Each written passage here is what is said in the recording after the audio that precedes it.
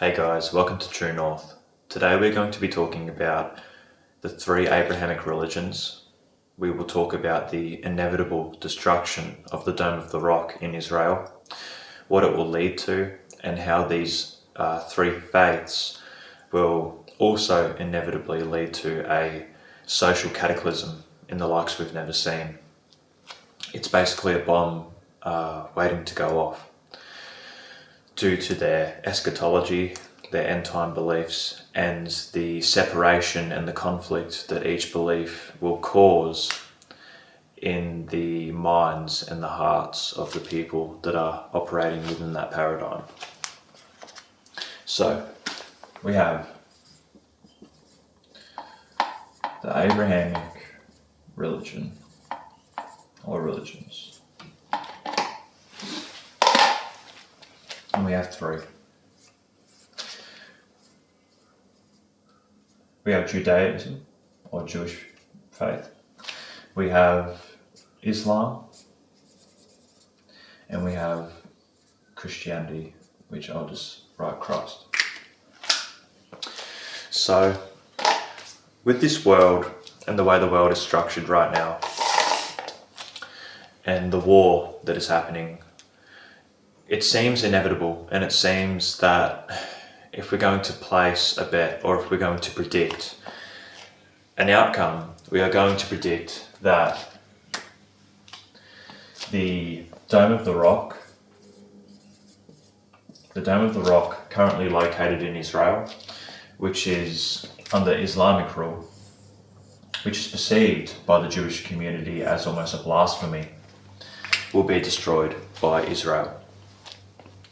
Now, with the way the world is at the moment and the way manipulation is working, the way that we can not go online and truly know what's real, and the amount of confusion and disbelief and the amount of manipulation that is going on, is actually a telling tale of the signs of the times that we're living in. And many cultures, even outside the Abrahamic religions, all spoke of a time where there will be a time of great deception.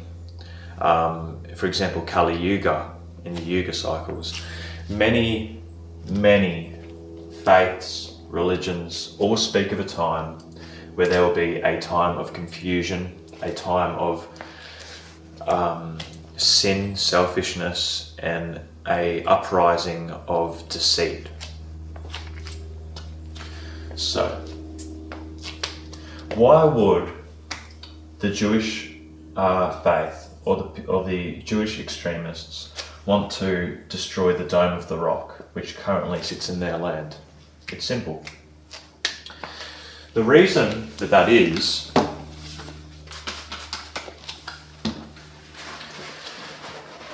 because in the Jewish faith,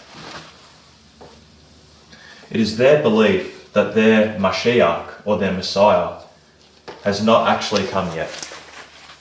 And this is the main conflict between the Jewish faith and the Christian faith, is that the Jews do not acknowledge Christ as the Saviour, as the Son of God. The Jews believe that their Mashiach has not come yet.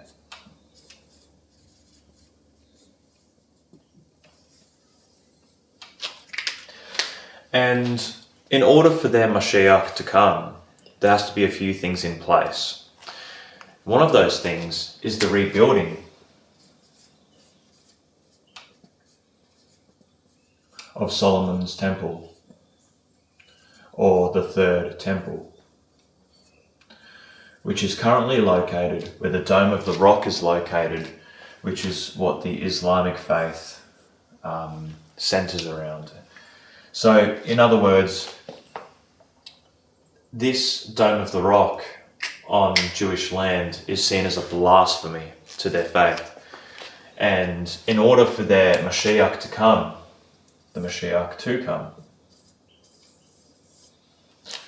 there has to be a rebuilding of the third temple. And that's where the Mashiach will operate from, and that is where there will be Ritual sacrifice will begin to come again, and this will bring about, in the Jewish perspective, the golden age, or the age of enlightenment, or the age of what you could call goodness, if you want to just simplify it. So with the war looming right now, and with everything that's going on, we can see that there is conflict brewing between Israel and the Muslim world and the Muslim community as a whole. We see this ramping up. We're seeing false flags happen. We're seeing all sorts of conflicts. And this is because there is a majority of radicalized movements and radicalized minds that truly, and I'm not saying all Jews believe this, but minorities within these three faiths believe that certain things have to happen in order for their saviour to come.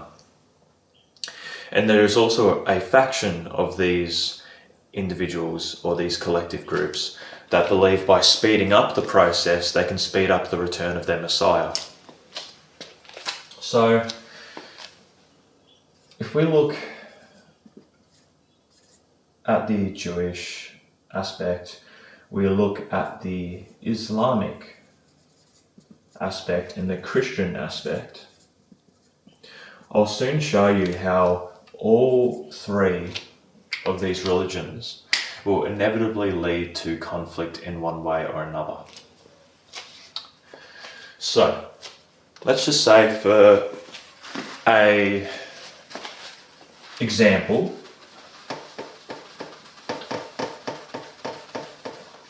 that the dome is destroyed.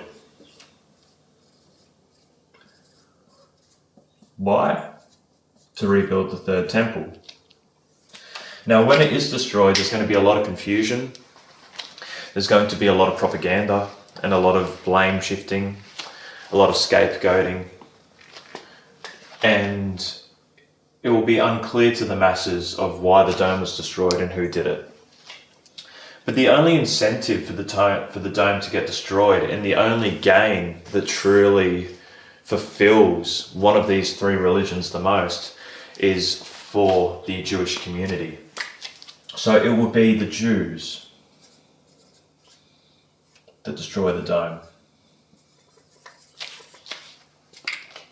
Why? To bring their Mashiach, to bring their Messiah into being. Now, if we look at the Christian end times perspective, there's certain timelines that we must follow if we're going to go by the religion itself and by the book and by the faith. Also, not just with Christian, but with the Islamic perspective. In the Christian perspective, before Jesus comes back, Jesus is the Son of God, the Saviour. Before Jesus comes back, there will be the Antichrist. There will be the Antichrist, there will be judgment,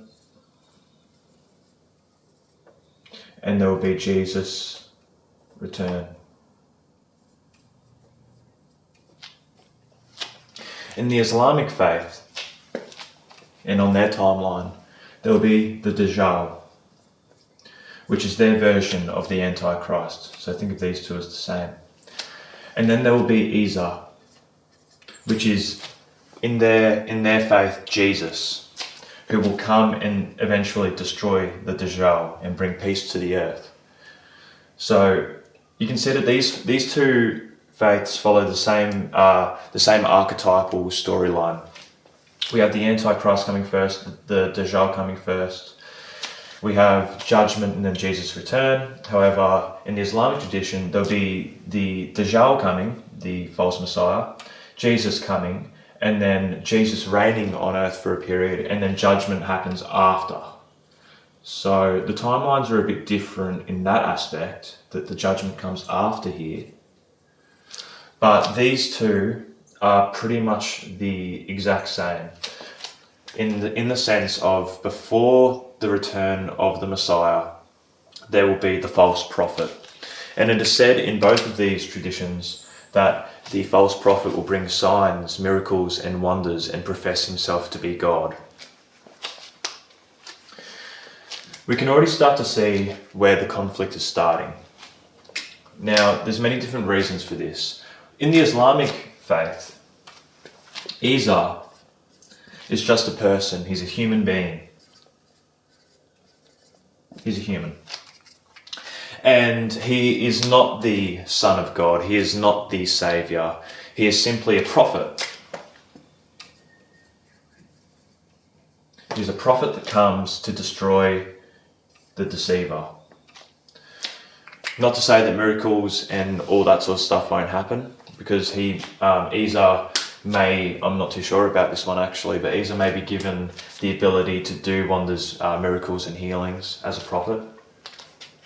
But overall in the Islamic faith, Muhammad already came, and there is no one coming back in the sense of having the divinity of Muhammad or of Allah. Okay?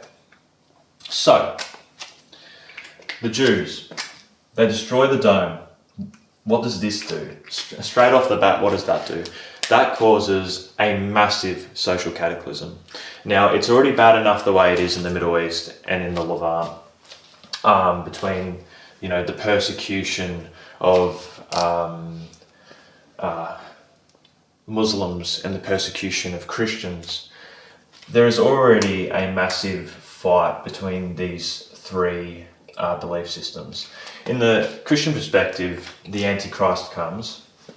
There will be a time of judgment and then Jesus returns. Of course, the main staple of Christianity being Jesus is the Son of God. Jesus is God incarnate in the Holy Trinity, and he will come and judge the earth.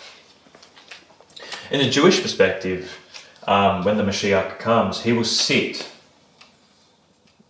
I'll use a different colour for this. Might make it a bit easier.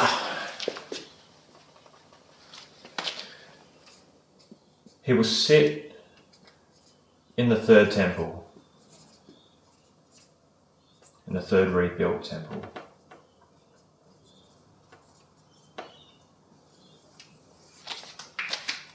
Now, the most obvious conflict we have at the moment is that in the Christian perspective, it is said that the Antichrist will sit in the third temple. He will sit in the temple and proclaim himself to be God and speak great abominations, and he will deceive the masses with great signs and wonders, which are false. The Islamic tradition also says that Dajjal will also have great signs and wonders and deceive the world. And it is up to each individual sect to identify within themselves, within their spirit of God, or their own interpretation of God, of who is actually the false from the true. So, if you have the dome destroyed, and let's just say for a second, I'd like to do that because it's going to help out. So hopefully that made sense for you guys. Just a little background of their beliefs and what's going on. So, if you have the dome destroyed,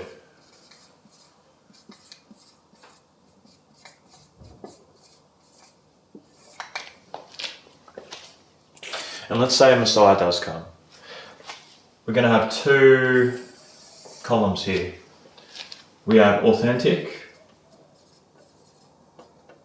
and I just want to clarify, I'm speaking not from any religious perspective from myself. I do not hold belief in any of these paradigms. I'm simply someone observing from the outside. I used to be a believer in one of these paradigms and was under the influence of the belief, and that's how I have a bit of background knowledge of what's to come and what to expect. I'm not going to say that this is real for Islam, for Christ, for the Jews, and I'm not going to say it's fake. But we should, as people, we should be able to take a step back and really take a look at the whole picture as a whole. Because I think that if we have a magnifying glass and only see things through a certain perspective, we are narrowing the perspective, and therefore we're only seeing things we're making it more complex for ourselves. Whereas if we take the magnifying glass away and we step outside of the box, if you will, we step outside of the box and we look at it from a bigger perspective, then we can better understand the patterns and the way things work, where it's headed, and the inevitable conflicts that will come out of it. So, the Dome of the Rock is destroyed, which I think will happen very soon. I think it will happen very soon. We have the authentic point of view from the Jewish community that their Mashiach will come. Now here's another point of view that I'm thinking about and that we need to weigh up, and that is the idea that there will be a false Messiah, not in the sense of a God-given false Messiah under the authority of God, but outside all of those perspectives together, there will be a man put in place. A man put in place to deceive all three sects of the Abrahamic religion. In other words, he will be put there to cause conflict. Because if you have enough people believing in a paradigm, in an egregore, if you have the Christians believing, okay, the Antichrist is coming, you have the Muslims believing, okay, the Dajjal is coming, and you have the Jews believing, okay, a Mashiach is coming, and you want to have a new world, you want to rebuild a new world, and the only thing that's stopping you from rebuilding your new world order, if you want to call it that, is by completely destroying order out of chaos, destroying the beliefs, the spirits, and putting existential nihilism into all three groups so that a new thing can form, something new, like a phoenix rising from the ashes, which can be seen as the worship of a one world religion, which is something that many of you guys may know about. A lot of you guys, I know, look at it through the Christian perspective of a one world religion where the Antichrist will be worshipped. That could be absolutely true. I have no idea. Or it could be outside of that paradigm. Maybe they're doing this on purpose to destroy the Abrahamic paradigm, if you will. So, I don't know where I was going with that, but let's talk about the conflict. The inevitable conflict that's coming. So, let's go right here. We have Christians. It's not working.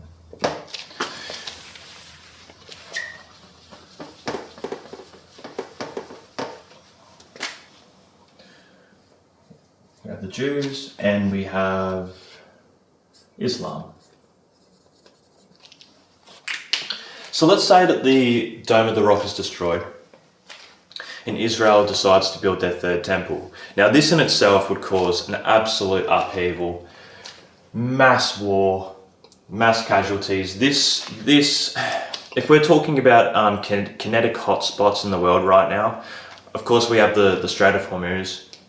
I'd say is probably the least of all three, the three major ones, least of the three, as a kinetic hotspot. The second being Taiwan, which we've seemed to all forgot about, which is something that is looming. But number one on the list of the most kinetic hotspot that can really trigger off World War III or a major conflict is the Temple Mount. The Temple Mount, which is currently where the Dome of the Rock sits, okay? Why is this so dangerous? Is because all three of these religions claim an authority or claim a part of this mount as being significant to them in their religion. And when end times prophecy comes into play, we can see that the expectations of these three paradigms really start to get more conflictive, more divisive, not only within the Christians, Jews, and the Islamists, but also within themselves, the sects within themselves. Islams will be divided, Jews will be divided, and the Christians will be divided if a false Messiah or a Messiah does come. So, let's just say the Dome of the Rock is destroyed. Oh yeah, that's a shocking marker. Let's say the dome is destroyed and a Messiah comes. So, a Messiah comes and he performs wonders and miracles. So, straight off the bat, you're going to have the Christians and you're going to have the Islam, the people of Islam. They're going to be testing it straight away. Okay, hang on, something's wrong here. The Dajjal was supposed to come first. The Antichrist was supposed to come first. So these two religions will reject the Messiah. While the Jews, they will also have their own testing. Will this Messiah, will he, not profess himself in a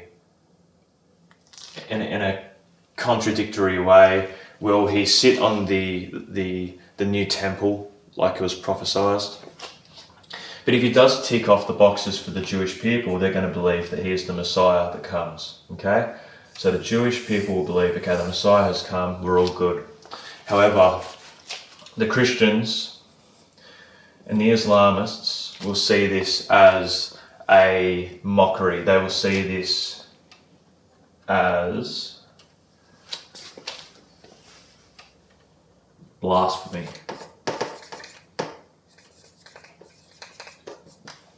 Islam will say that this man that the Jews are worshipping at the moment is the Dajjal, and the Christians will say that that is the Antichrist. So, at the moment, these two seem pretty friendly together. However, that's not to be the case as things unfold and prophecy unfolds.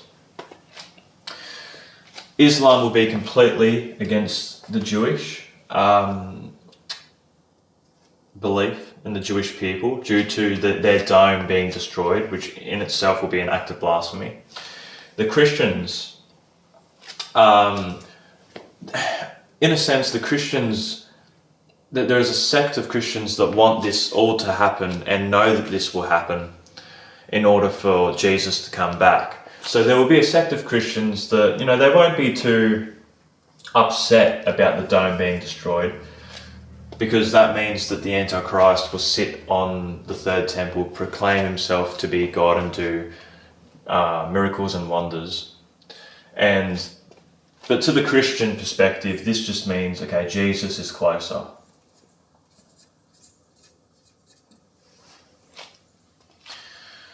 But for Islam, this is a big no-no. This is pure blasphemy. So, as I say, the Messiah comes, does all these amazing things and all of that. Where it goes from there is subjective and determines on the lens and perspective that you're looking through. But we've clarified that both of these religions will be against the Jewish religion. What we haven't talked about is how the Christians and the Islamists differ from their religion. So, Christ is a man that comes back and proclaims himself to be God. You must worship me. I am divine. Whereas the Islam version of Jesus, Isa, will not claim to be the Son of God and will not claim to be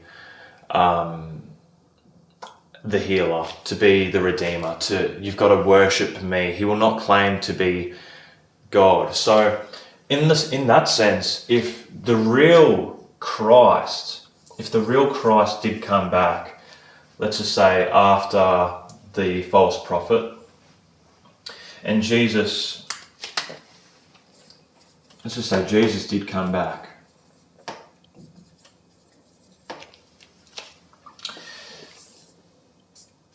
in the Islamist perspective, a man that preaches that he is the Son of God, a man that preaches all these great things, will be seen as the Dajjal. And therefore will be completely rejected by the Muslims. See, the Muslims, they are looking for Isa, a human being, a prophet, that will defeat the Dajjal. So in their point of view, if the real Jesus did come back, Jesus is going to be rejected by the Muslims, and they're going to think that's the Dajjal, and then they'll still be waiting for Isa. And you can already see that how conflicted this all is. Just how conflicting this all is. The same way that if Isa did come, let's just say Isa came, right? Let's just say we're looking through the Islamist perspective. Isa come, and he did not profess himself to be the Son of God and to worship him, but he did miracles and he did miraculous things. Then to the Christian perspective, let's just point over here. To the Christian perspective, Isa will be known as the Antichrist or a false prophet. So we have all three major religions stemming from the Abrahamic religion of the Old Testament, all with conflicting future scenarios of prophecy and of end times revelation. And no matter what happens from now, no matter what happens from now, is that all three of these religions are going to be in conflict no matter what. Trust is going to erode. There's going to be a decline in belief, but there will also be an incline in extremist belief. There'll be more divisiveness, more division. There will be less trust. And the way the world is right now, with social media, with AI, with the news, with things being uncovered, and it's said, one thing they can agree on, in many religions in the past, in many faiths and many traditions, is we're living in a time known as, let's just take this off for a sec. So let's just hop out the paradigm of the Abrahamic religions.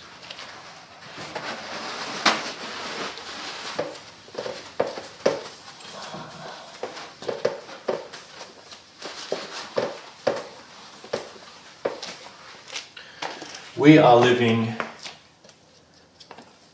in a time known as Kali Yuga, which comes from the Yuga cycles. There are 4 of them. And this is far older. This is a far older belief system than the Abrahamic religions. See, Kali Yuga is a time of great deception, of great loss of connection to source, of materialism, selfishness, pride, ego. And this isn't just in the Yugas, this is in many different faiths across the world, different timelines that are supposed to be, or were supposed to be, not connected to each other, but all spoke of the same 4 pattern cycle. Because the universe runs in a 4 cycle pattern. What do you have? Summer, autumn, winter, spring. You have fire, you have earth, you have water, you have the 4 elements. You have the cycle seems to be running in 4s.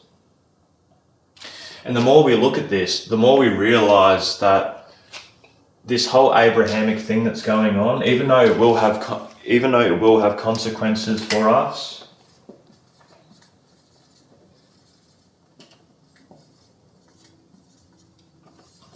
if you step outside of the box of the Abrahamic religions, Christianity, Islam, and Judaism, then you'll be free and you'll be able to see a bigger picture that's going on, such as the I believe we're in a time at the moment where everything is connected, whether we see it or not. And we're in a time where the connections are going to become so clear that we're going to have a greater understanding. I think we're moving out of Kali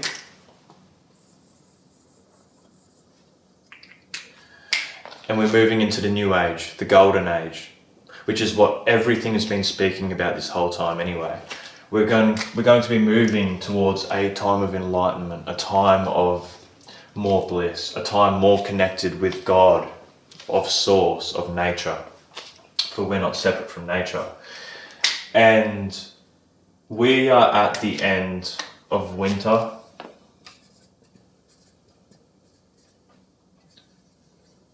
Towards the end, many bad things have to come first. But inevitably after winter, what do we have? We have spring.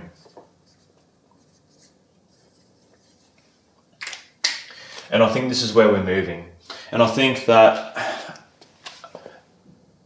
younger Dryas impact theory, 12,500 years ago, the precessional cycle, the yugas, even the old theories of Hyperborea and the northern lands and the people that all talk about the same fourfold cycle of reality as its sacred geometry manifests to us.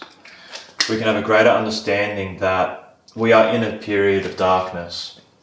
And unfortunately, the whole Abrahamic thing of what's going on in the Middle East right now is inevitably, yes, it's going to get bad, it's going to affect us and blow up. Whether a real Messiah will come or not, or whether this Messiah will be completely fabricated by the government or whoever it may be, a fabricated Messiah.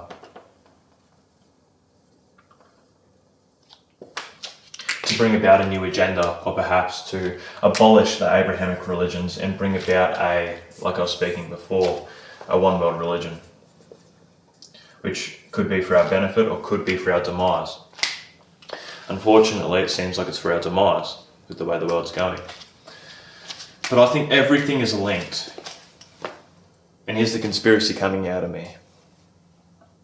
Ancient civilizations, younger Dryas impact theory, the precessional cycles, the North Star, the cycles of four.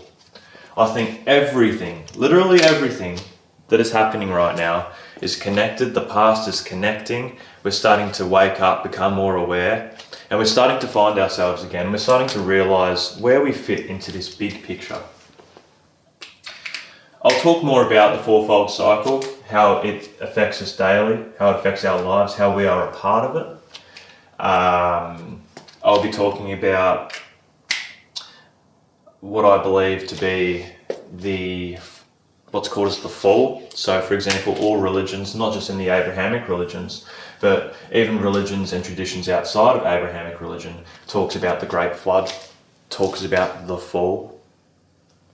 And I think these are symbolic archetypes and archetypal stories that are talking about certain cycles within the collective unconscious, or even within your personal life. And I think that those are inseparable, and all these truths can actually coexist at once. Like it's a big play happening, but that's for another time. I hope you got something out of this. You learnt a little bit. So what did we cover? We covered that the three Abrahamic religions are inevitably going to be in conflict with each other. The reason it's important now is because it's starting to kick off in the Middle East, for real this time. As technology progresses, as things become more connected, as people become less in touch with nature and God from within themselves, and as people become, leaning deeper into this Kali Yuga cycle of deception, then we are going to experience the inevitable hardships of destruction, which is needed for renewal, like the phoenix rising from the ashes. Hard times are coming, bad things are coming. keep an eye on the Dome of the Rock, because that is going to get blasted. And it's going to be confusing. People are going to go, oh, who did it? Who did it? Who did it? I've just explained to you the only group, which you are not allowed to criticize, by the way, which, you know, if you can't criticize a group, it really says a lot, doesn't it? But yeah, we know who's going to do it.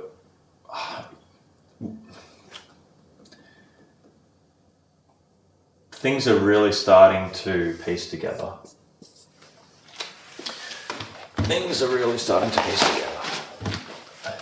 Not just in the Middle East and the way we've been lied to our whole lives, pretty much about everything. But as we move closer to the end of the beginning of this beautiful time we're living in, this is actually a blessing, the time that we're living in.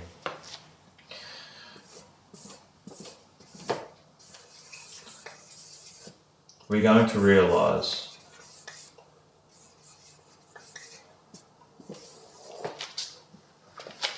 that we are a big part of a big spider web, and everything is happening for a reason. And as the spider web complexifies, we will start to see from the outside of the paradigm. We're outside of it with our awareness. We can view the spider web. And as time progresses and as things get more complex, our understanding. What's that? I was trying to draw a brain like a mind, like two hemispheres. Forgive me, that's not appropriate. But our understanding will complexify too. And I think that, like I was saying, everything connecting up, the ancient civilizations, the truth about pyramids, the possibilities of the Anunnaki conspiracy theory, genetic manipulation, people that run the world, and the Abrahamic religions. I think it is all connected in some way or another. Whether there's an actual truth or not, I think as soon as you try to pinpoint it, you're blaspheming nature, because it is bigger than what we can comprehend. But, you know, that's me. Like, it is what it is. You believe what you want to believe. But these are the facts. This is what the governments are pushing around the world. The religious fanatics are pushing within these groups.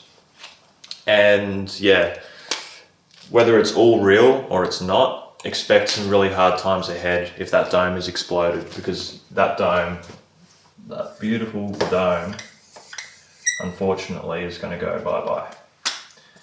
We know who's going to do it. We know their agenda. They want their Mashiach to come.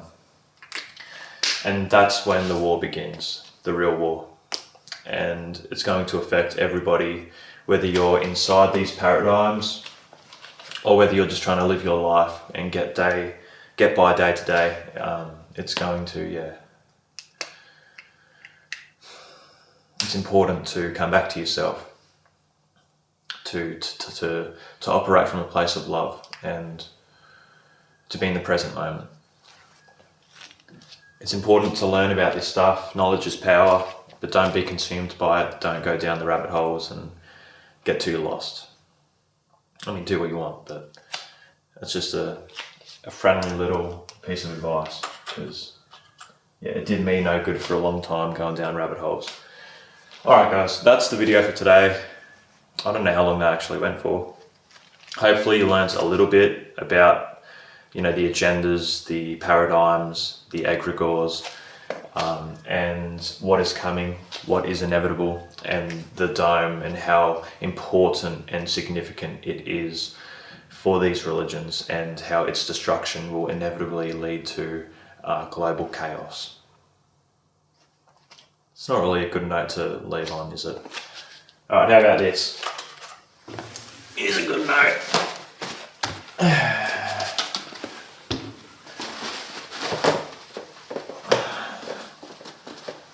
No matter what happens,